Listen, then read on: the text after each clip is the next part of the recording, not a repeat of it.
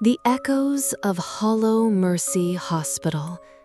Have you ever felt the weight of a place so heavy it seems to breathe with the memories of those long gone? Tonight, I'm taking you inside Hollow Mercy Hospital, where the air hums with the restless whispers of souls who never left. Buckle up, this is going to be terrifying. Leela adjusted the camera on her tripod, her breath visible in the chilly night air as she stood before the crumbling facade of Hollow Mercy Hospital. The moon hung low, casting jagged shadows across the cracked stone walls, their ivy tendrils curling like skeletal fingers. Her YouTube channel, Leela's Late Night Haunts, had grown a cult following for her fearless explorations of abandoned places, but tonight felt different. The hospital loomed, its broken windows like empty eyes watching her every move. Leela's Late Night Haunts, episode 47, she said, forcing a smile for her viewers. Tonight, we're diving into Hollow Mercy, a place so creepy even the locals avoid it. Built in 1923, it was a bustling hospital for decades, specializing in tuberculosis treatment and later mental health care.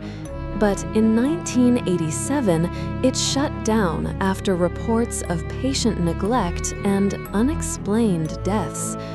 Rumor has it, the spirits of those patients never left. Let's find out why. The camera followed her as she pushed through the rusted gate, its screech slicing through the silence.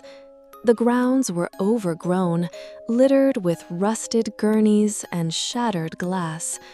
A faded sign reading "Emergency" swung lazily in the wind, its creak a rhythm to the night's unease. Leela's flashlight beam danced across the debris, catching glints of old syringes and tattered medical charts half buried in the dirt. "Check this out," she whispered, zooming in on a child's shoe, its leather cracked and stained. This place hasn't been touched in years, but it feels alive. Her voice wavered, though she quickly masked it with a nervous laugh. Inside, the air was thick with dust and the sharp tang of mildew. The lobby's tiled floor was a mosaic of cracks, and an old reception desk sagged under the weight of time. Leela panned the camera across faded posters on the walls, smiling nurses promoting hygiene, their faces eerily pristine amidst the decay. "Let's head to the patient wards," she said, her boots echoing in the cavernous hall. The corridor stretched endlessly, lined with doors that hung ajar, revealing glimpses of rusted bed frames and torn curtains. Her flashlight caught a flicker of movement, a shadow darting across a doorway. She froze, heart pounding. "Did you see that?" she whispered, zooming in. The frame was empty now, but the air felt heavier, like someone was standing just out of sight. Probably just a rat, right? Her laugh was hollow, and her viewers would later comment on the fear in her eyes. The first ward was a maze of overturned beds and scattered medical tools. A cracked mirror hung on one wall, reflecting Leela's pale face and the dark expanse behind her. She narrated softly, describing the hospital's history, how patients were often restrained for days, how some vanished from records entirely. "They say the nurses heard whispers at night," she said, like the patients were calling out even after they were gone. as she spoke, a low hum vibrated through the room, not mechanical, but almost human, like a chorus of faint voices. Leela's breath hitched. "Okay, that's new," she said, panning the camera slowly. The sound grew, a soft, unintelligible murmur that seemed to come from the walls themselves. Her chat exploded with comments. "Did you hear that? Get out now." "Let's keep going," she said, her voice barely steady. She moved deeper into the hospital, toward the surgical wing. The air grew colder, and her flashlight flickered, casting erratic shadows. A door at the end of the hall stood slightly open, a faint glow spilling from within. "That's not right," she muttered. "There's no power here." She pushed the door open, revealing an operating theater. The table at the center was stained dark, and old surgical tools lay scattered like offerings. The glow came from nowhere. No bulbs, no windows, just a sickly yellow light that pulsed faintly. Lila's camera shook as she zoomed in on a scalpel, its blade impossibly clean, glinting as if freshly sharpened. "Guys, this place is messing with me," she said. The murmurs returned, louder now, forming words she couldn't quite catch. "Stay. Help. Don't leave." She spun around, her flashlight sweeping the room, but it was empty.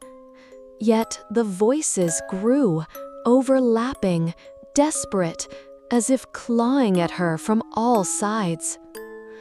"Okay, deep breath," she told herself, but her hands trembled. She backed out of the room, the door slamming shut behind her with a force that made her scream. The chat went wild. "Lila, run! What was that?"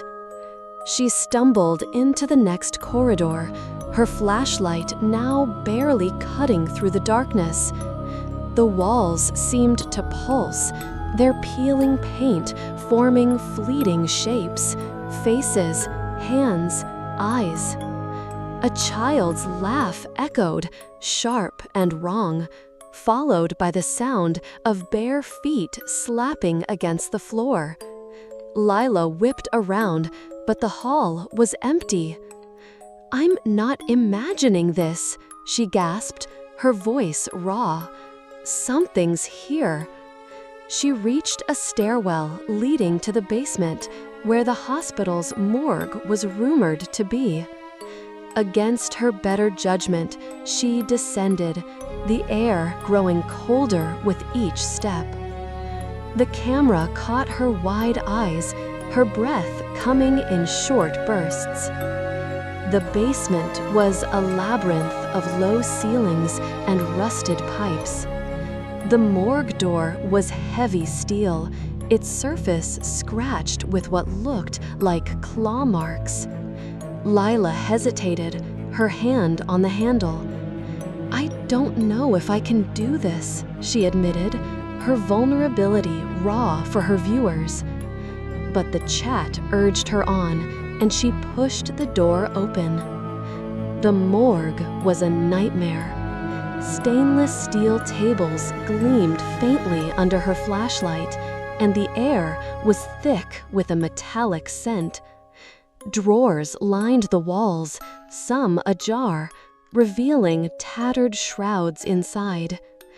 The whispers were deafening now, a cacophony of voices, pleading, screaming, laughing.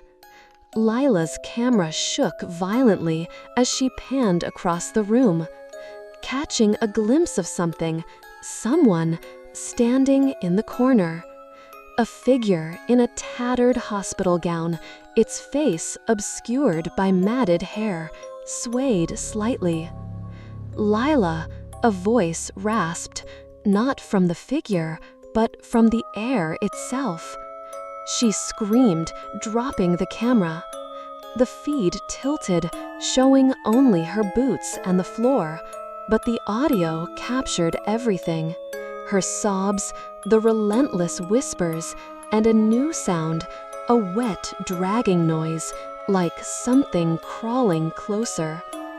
When she grabbed the camera, the figure was gone, but the drawers rattled, their metal screeching as if something inside was trying to get out.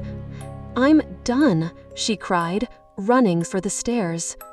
The camera caught fleeting glimpses of the walls, now streaked with dark, glistening stains that hadn't been there. The whispers followed, growing into a shriek that echoed in her skull. Back in the main hall, Lila tripped, the camera skidding across the floor.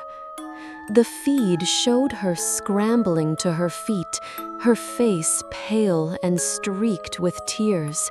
"I'm sorry, I can't," she gasped, but her words cut off as the lights flickered, not her flashlight, but the hospital's ancient bulbs stuttering to life.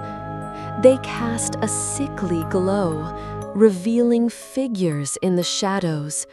Patients in gowns, their eyes hollow, their mouths moving in silent screams.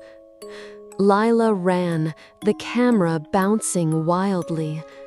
The gate was in sight, but the air grew thick, like wading through water.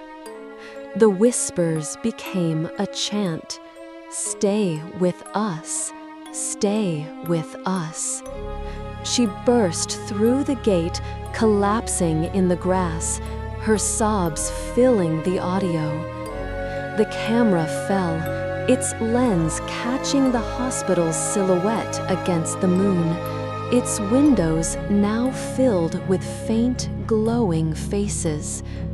"I'm never going back," she whispered, ending the stream. The video went viral, amassing millions of views.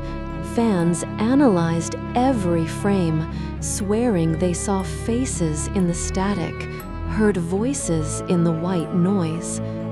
Lila didn't post for weeks, and when she returned, she looked haunted, her eyes darting to shadows off-screen. She never spoke of Hollow Mercy again, but her viewers noticed something chilling in her later videos, a faint murmur in the background, like whispers following her home. For those who watched the video late at night, alone, the whispers seemed to linger, as if the hospital's spirits had found a new way to reach out, through the screen, into the dark, where no one could escape their call.